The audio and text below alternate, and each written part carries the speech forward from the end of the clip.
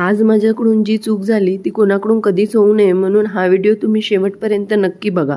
रात्रीच्या 9:30ला आमची झोपायची वेळ असते आणि 9 वाजता सातचं म्हणणं होतं की मला आत्ताच्या आत्ता गुलाबजाम पाहिजे.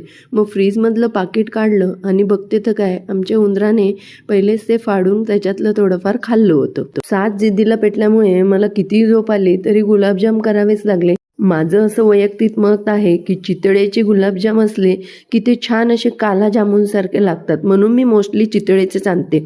दूध टाकून छान पीठ असं मळून घेतलं. पीठ मुरेपर्यंत मग म्हटलं पाक करून घ्यावा. मग 2 ग्लास पाण्याला 1.5 ग्लास एवढी साखर मी प्रमाण टाकते.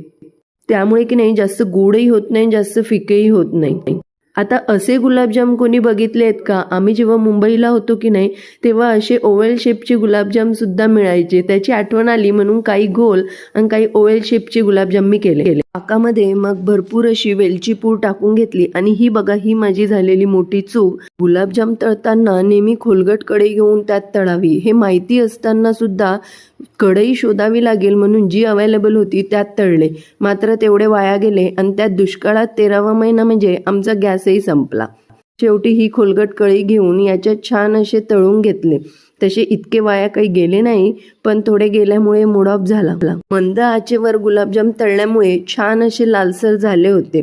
त्यानंतर थोडे थंड झाल्यानंतर पाकही नॉर्मल झाल्यावर त्यात गुलाबजाम टाकले. सातचं काही कंट्रोल होत नव्हतं, त्यामुळे त्याने कच्चेही काही खाल्ले, पण नंतर मी त्याला खाऊ दिले नाही. आणि दुसऱ्या दिवशी मात्र सकाळी उठल्या उठल्या पहिले ब्रश केला आणि पहिले गुलाबजामची टेस्ट केली. त्याचं असं झालं ना की सबर का फल मीठा होत आहे.